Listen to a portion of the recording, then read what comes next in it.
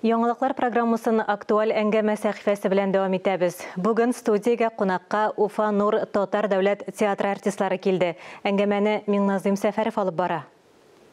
Хәерле көн, мөхтәрәм кунаклар. Уфа Нур дәүләт театры Казанга һәр вакытта сагындырып, көттүреп килә торган гаете бар. Бу юлы моны сезгә әйтергә кирәктер инде, Гөлнур ханым, сездән сорарга кирәктер. Бу юлы тамашачыларына нинди спектакльләр белән сөендерәбез дип килдегез? Исәнмесез, хәерле көн, нурлы сәламнәр сезгә, безнең тапшырыны караучы, безнең тапшырыны тыңлаучы тамашачыларыбыз, әлбәттә без Казанга ашкынып, сөенеп килдек. Тамашачыларга үзебезнең иң яңа, иң әйбәт, иң матур спектакльләребезне алып килдек. 25 апрельдә безнең гастрольләребез ачыла. Галиәскәр Камал театры сәхнәсендә чыгыш ясаячакбыз. Без 4 көн дәвамында барлыгы 6 спектакль күрсәтәчәкбез. 25 инде безнең ачылу көнендә без Казан тамашачысына зәвыклы, таләпчән дип кабул итәбез. Без Казан тамашачысын безне сагынып көтеп алган тамашачы дип кабул итәбез. Зифа Кадырованың Фатыйма исемле драмасын тәкъдим итәбез. Бу Зифа Кадырованың романы буенча сәхнәләштерелгән, шушы романның бер бүлеген алып сәхнәләштерелгән спектакль. Бу спектакль гомумән безнең республикада, Башкортстанда, гомумән Россиядә, Русия күләмендә без бу спектакль белән төрле фестивальләрдә чыгыш ясадык. Ниндидер бер резонанс тудырган, һәм инде театр тәнкыйтьчеләре, театр дөньясында да бер вакыйга дәрәҗәсенә ия булган эш. Ул безнең эшебез, һәм инде менә Казан тамашачысы да аны тиешенчә бәяләр дип өметләнәбез. Моңа кадәр килгәнче дә сез юл уңындагы калаларда һәм районнарда инде үзегезнең спектакльләрегезне күрсәткәнсез икән.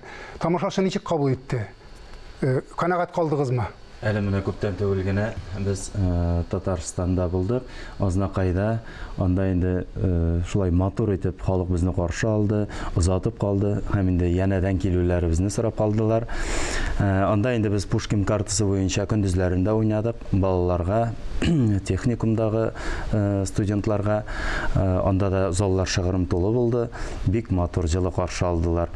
Һәм инде соңгы көнендә Сара Садыкованың 1000 кешелек залында бик матур Ярчаллыда бик матур чыгыш ясап, тулы залларда гөрләтеп уйнап кайттык. Без кая барсак та безнең тамашачыларыбыз җылы каршы ала. Шулай булсын, алга таба да монсыда шулай булыр дип уйлыйм. Менә бу без сөйләп киткән спектакльләрнең өчесе комедия. Әлбәттә аңлашыла, комедия дигәч тә әйме, шундый авыр, катмарлы заманда дип әйтәбез, Башкортстанда шулай сөйләшәләр бар, әйме, катлаулы заманда тамашачыны көлдерү, елмаерга мәҗбүр итү авыр түгелме? Авыр түгел дип уйлыйм, минемчә тамашачы моңа бүгенге шундый катлаулы заманда мохтаҗ да кебек. Дару шикелле кабул ителә. Дару шикелле кабул ителә, күңеленә, җанына. Инде миңа калса, актер осталыгы ягына килгәндә, тамашачыны елатканга караганда көлдерү күпкә авыррак. Әлбәттә, комедияны уйнау авыррак драмага караганда.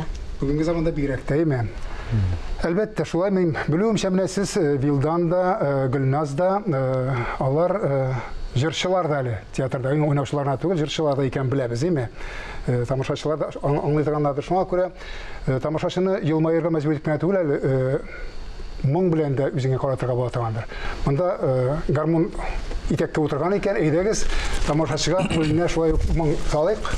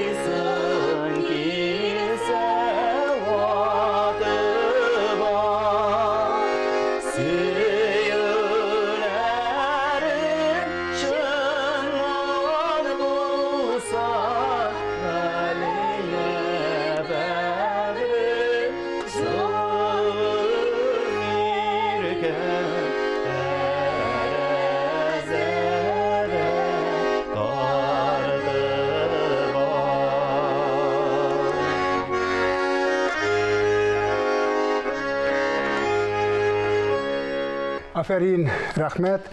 Иртән менә шулай күңелләребезне күтәргән өчен сезгә Алланың рәхмәтләре булсын. Гастрольләрегез дә шулай җырлап бии булсын. Уңышлар юлдаш булсын сезгә. Исәнлектә күрешик. Амин, шулай булсын.